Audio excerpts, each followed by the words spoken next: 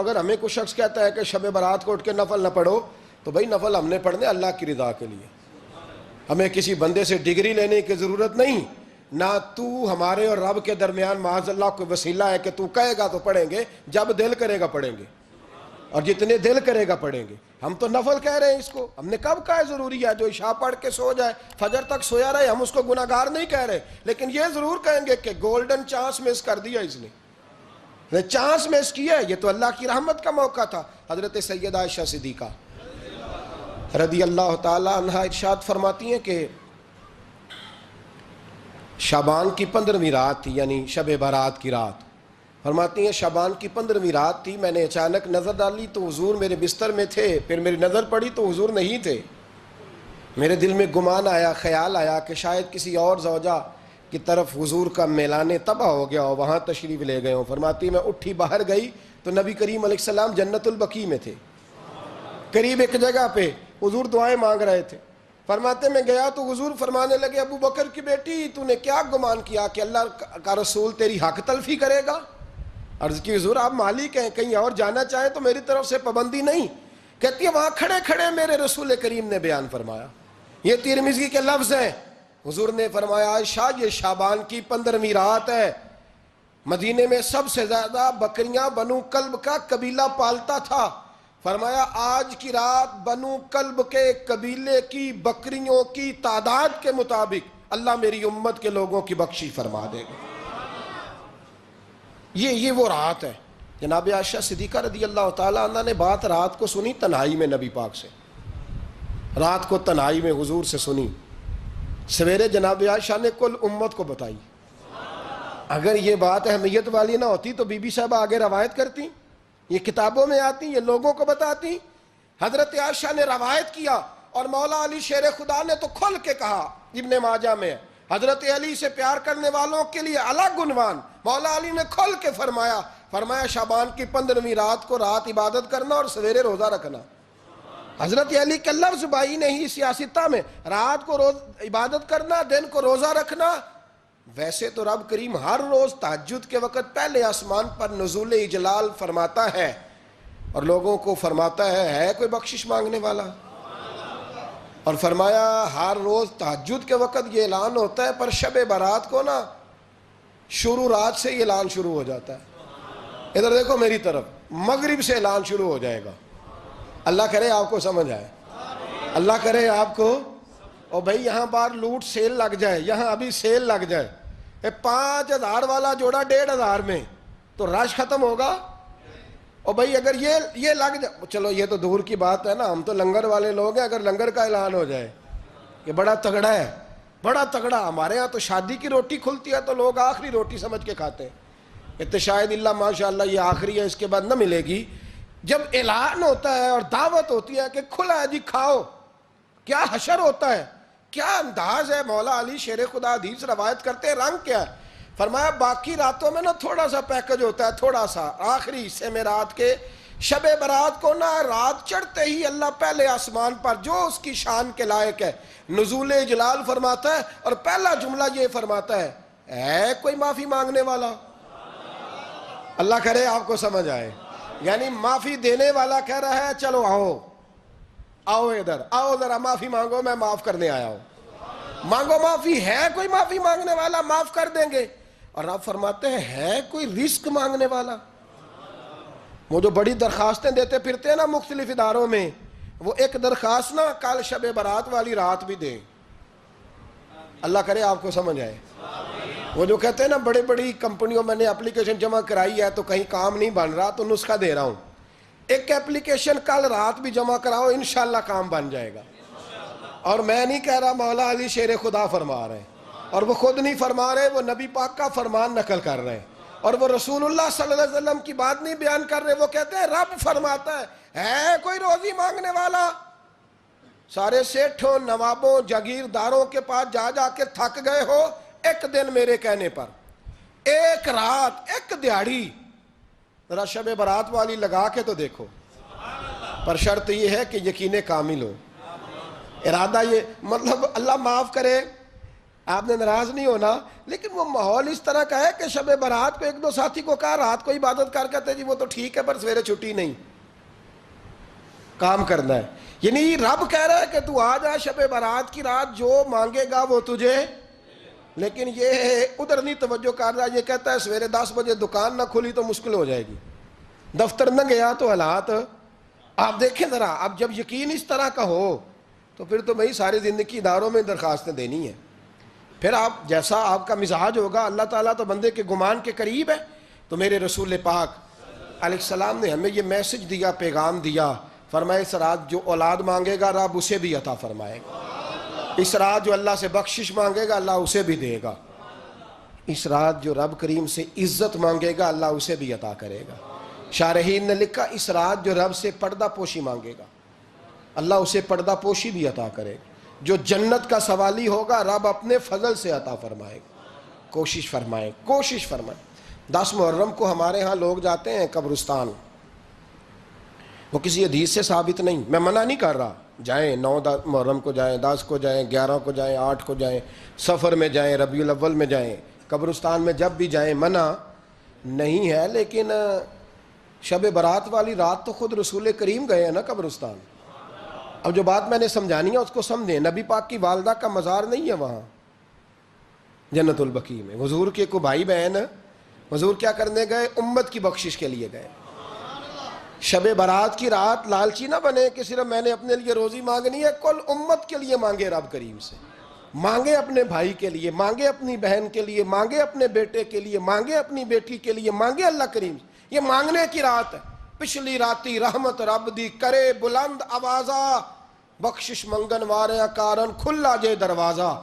آئیں اللہ کی بارگاہ میں اس رات کو کھل کے دعا مانگیں. قبرستانوں میں نہ کچھ قبریں ایسی ہیں کہ جو بتاتی ہیں کہ سالوں بیت گئے ہیں کوئی آیا نہیں. کچھ قبریں بتاتی ہیں. اور کچھ بڑے قبرستان بڑے شہروں میں ایسے بھی ہیں کہ جن کا گورکن کہتا ہے کہ مجھے کمیٹی نے کہہ دیا ہے جہاں 4-5 سال کوئی نہ آئے وہاں نئی قبر بنا دیا کرو. وہاں نئی قبر بن جاتی ہے معاذ اللہ. او بھائی کچھ ہیں ایسے، کچھ ہیں. یہ جائیں نا اکبر بادشاہ یہاں لیٹا ہے لاہور میں تو شعر لکھا ہوا ہے بر مزارے ماں غریباں نے گلے پروانہ سوزز نے صدائے بلبلے. فارسی کا مقولہ لکھا ہے اس کی قبر پہ، کہتا ہے میں وہ غریب ہوں. اعلیٰ بادشاہ ہے مقبرے میں لیٹا ہے، کہتا ہے میں وہ غریب ہوں کہ نہ یہاں کوئی پروانہ آتا ہے نہ بلبل آ کے گیت گاتی ہے. کوئی آتا ہی نہیں، کوئی فاتحہ نہیں پڑھتا، کوئی فاتحہ نہیں پڑھتا. او بھائی کئی قبریں ایسی ہیں جن پہ سالوں بیت گئے کوئی لوٹا نہیں. اور مشکات میں حدیث ہے میرے نبی کریم علیہ السلام نے فرمایا جو قبر میں ہوتا ہے وہ تو اس آدمی کی طرح ہے جو دریا میں ڈوب رہا ہے اور وہ انتظار کر رہا ہے کہ میرا بیٹا میرے لیے دعا مانگے، میری بیٹی دعا مانگے. پر بیٹے کو تو 27 سال ہو گئے، ملک سے باہر ہے. کاغذ بنے گے تو ابے کی قبر پہ آئے گا نا، اس کے تو کاغذات ہی نہیں مکمل ہو رہے. وہ بیٹے کو تو مشکل ہے بڑی، وہ تو کاغذات نہیں بن رہے. وہ تو دولت کا مطالبہ پورا ہوگا تو جب ہی وہ کام ہوگا نا. انتظار ہو رہا ہے قبروں میں میرا بیٹا دعا کرے، میرا بھائی دعا کرے. اور اگر بچہ دفن ہے تو وہ کہتا ہے میری ماں دعا کرے، میرا باپ دعا کرے.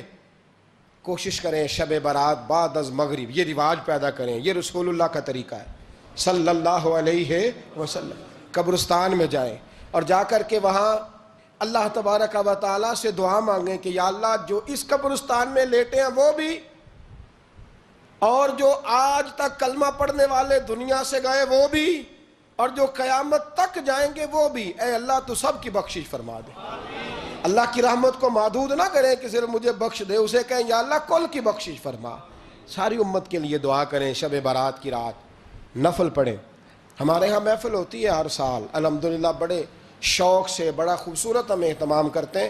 لیکن میں اکثر دوستوں سے کہا کرتا ہوں کہ جن کو اکیلے میں نفل پڑھنے میں مزہ آئے وہ اکیلے میں پڑھیں. کتنی کھلی بات کر رہا ہوں. میں پابند نہیں کر رہا کہ آپ یہاں آئیں گے محفل میں آئیں گے ضروری ہے. بھئی آپ کو اکیلے میں مزہ آتا ہے نا. کچھ لوگ تنہائی میں ہوں تو دل زیادہ لگتا ہے، وہ تنہائی میں کریں اللہ اللہ کوئی عرض نہیں. لیکن کچھ ایسے ہیں کہ نعت سنتے ہیں تو دل نرم ہوتا ہے، تقریر سنتے ہیں تو دل نرم ہوتا ہے. تو جن کا اس طرح نرم ہوتا ہے وہ مسجد میں آئے, بات سنیں. کچھ کو سب کے بیچ بیٹھ کے رونا آتا ہے. حضرت سعدی شیرازی فرمایا کرتے تھے کچھ لوگوں کے آنسو مجھے رلا جاتے ہیں. فرماتے ہیں کچھ کی آنکھیں دیکھ کے رو پڑتا ہوں, لہٰذا میں جب بھی ذکر کرتا ہوں محفلوں میں بیٹھ کے کرتا ہوں. تنہائیوں میں مجھ سے نہیں ہوتا, تو جس سے نہیں ہوتا وہ آئے نا, مسجد میں آئے, رات عبادت کریں. کل مغرب سے پہلے پہلے کام سمیٹ لیں سارے, اور مغرب کے بعد یہ رات شروع ہوگی, مغرب کے بعد ایک چھٹی کر لو اللہ رسول کے لیے. کر لیں گے انشاءاللہ تعالی ایک چھٹی. اور توبہ کی رات ہے یہ, توبہ کرنی ہے. توبہ کس کو کہتے ہیں؟ توبہ کا معنی ہے پچھلے گناہ پر پچھتانا, شرمسار ہونا. کہتے نہیں اے کاش میں نہ کرتا, اور وہ لفظوں میں نہیں, جملوں میں نہیں, توبہ رٹی رٹائی نہیں, شرمسار ہونا اور آئندہ گناہ نہ کرنے کا پکا ارادہ کرنا, اس کا نام توبہ ہے. دیکھیں اللہ تعالیٰ فضل کرے, میں نے پچھلے سال کہا تھا پھر کہتا ہوں, مسجدوں سے نا شب برات کی رات, شب قدر کی رات چیخوں کی آوازیں آتی ہیں, لوگ اتنا روتے ہیں نا. رونا چاہیے, کم روتے ہیں زیادہ رونا چاہیے. لیکن سوال یہ ہے کہ اتنا زیادہ لوگ شب برات کی رات روتے ہیں, کیا پھر سویرے بددیانتی ختم ہو جاتی ہے؟ جو رات مسجد میں کھل کے رو کے آیا ہے اس کا پروگرام ہے نا کہ اب ملاوٹ کبھی نہیں کرے گا, اب گاہکوں سے جھوٹ کبھی نہیں بولے گا, اب وہ بددیانتی کا معاملہ کبھی نہیں کرے گا. لیکن رات روتا بھی رہے اور سویرے پروگرام یہ ہو کہ میں نے پھر لوگوں کو فریب دینا ہے, داؤ لگانا ہے, تو اس نے توبہ کیا رات کے, یہاں بس یہ ایکٹنگ کر کے لوٹ آیا ہے. یعنی بڑی سجا بنا کر کے سوار کر کے رات توبہ کی. کیا مطلب ہے توبہ کا؟ کہ توبہ آپ نے کی. حضرت حسن بصری سے کسی نے کہا توبہ کیا ہے؟ فرمانے لگے توبہ یہ ہے کہ جس گلی سے رب نے تجھے منع کیا ہے دوبارہ پھر تو اس گلی میں نظر نہ آئے, تو نظر ہی نہ آئے. اور جس جگہ جانے کا رب نے تجھے حکم دیا ہے پھر تو دوبارہ وہاں سے غیر حاضر نہ ہو. اگر یہ پروگرام ہی نہیں, ارادہ ہی نہیں.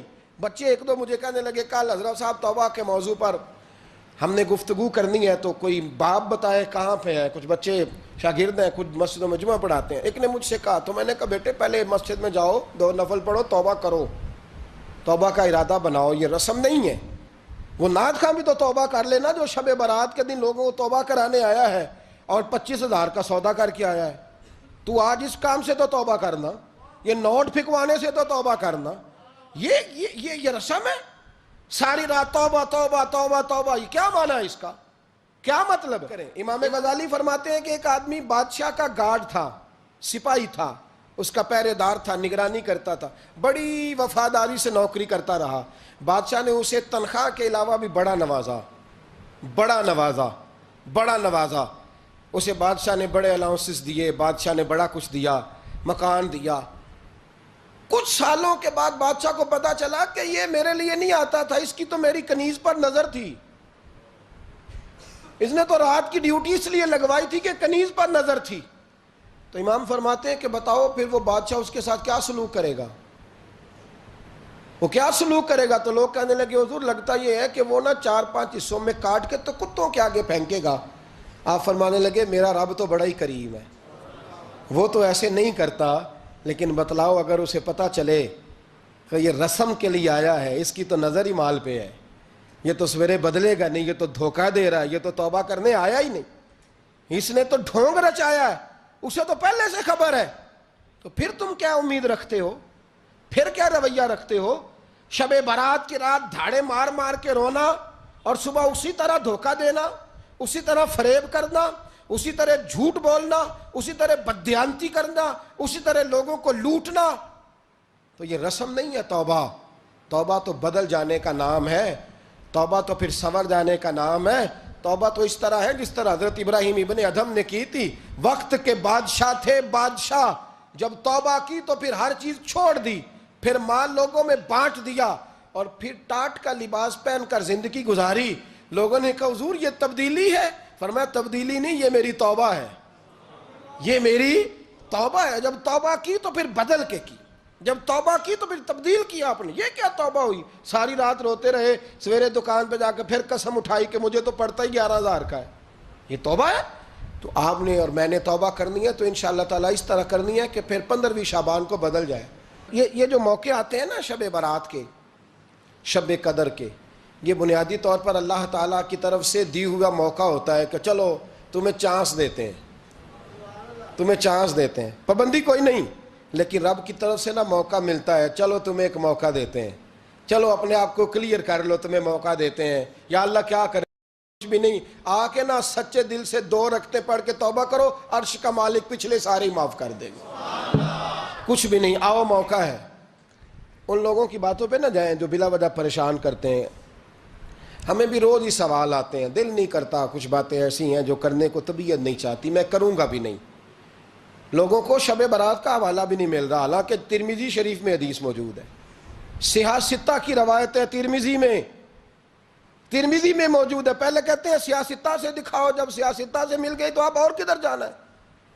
اور ابن ماجہ میں موجود ہے مولا علی کی روایت، اور ذرا ترتیب دیکھیے گا، یہ ترمذی کی حدیث ہے، اور امام ترمذی نے تو پورا باب باندھا ہے 15ویں شعبان پر، پورا باب۔ اب تمہاری مرضی ہے، اگر تم نہیں بات کو سمجھنا چاہتے۔ اور مجھے پتا کیوں یہ شب برات کیا لگتا ہے، مجھے کبھی کبھی یوں لگتا ہے کہ رب فرماتا ہے کہ رمضان سے 15 دن پہلے ہی پکی سچی توبہ کر لے، تیاری کر، پاک صاف ہو جا، تاکہ جب رمضان آئے نا تو پھر تجھے پاک ہونے کی ضرورت نہ پڑے، بس پھر تو آتا جائے اور میں تیرے اوپر رحمتیں نچھاور کرتا جاؤں، بس تو پہلے ہی تیاری کر، 15 دن پہلے ہی، 14 دن پہلے تیار ہو جا۔ کل رات اپنے آپ کو ذہنی طور پر تیار کریں، بچوں کو تیار کریں، گھروں کو تیار کریں۔ اب جب مہمان آتے ہیں نا بڑا کچھ کرتے ہیں، شب برات آئے تو مصلے ایک دفعہ دھویا کریں، ایک دفعہ مصلے دھویا کریں۔ فرش دھوتے ہیں نا، مہمانوں نے آنا ہے تو ایک کمرے کا فرش دھو کے صاف کریں کہ خواتین نے یہاں ساری رات نماز پڑھنی، یہ ارادے بنائیں۔ جس طرح آپ کہتے ہیں نا رات کو سفر کرنا ہے تو دوپہر میں تھوڑا آرام نہ کر لوں تو کل دوپہر میں آرام کر لیں، تاکہ رات کو رب رب کرنا آسان ہو جائے، اللہ کی بارگاہ میں بیٹھنا آسان ہو جائے۔ مکمل طور پر ذہنی طور پر اپنے آپ کو تیار کریں۔ یہاں بھی محفل ہوگی انشاءاللہ، عشاء کے متصل بعد شروع ہو جائے گی، 12 بجے تک محفل چلے گی، پھر 12 بجے کے بعد نماز تسبیح پڑھی جائے گی، پھر 1 بجے پھر دوبارہ آپ کو اجازت دی جائے گی، کوئی انفرادی طور پر گھنٹہ سوا اپنی الگ سے کوئی عبادت کرنا چاہے تو وہ تب بھی ممکن ہو، جیسے آپ کو موقع بنے۔ میں کہہ چکا ہوں، لیکن وقت ضائع نہ کرنا، گولڈن چانس ہے، اس کو مس نہ کرنا، یہ شب نجات ہے، اس کے ضرور قریب جانا۔ رب کریم سمجھنے کی توفیق عطا فرمائے۔ آخر دعوایا ان الحمدللہ رب العالمین۔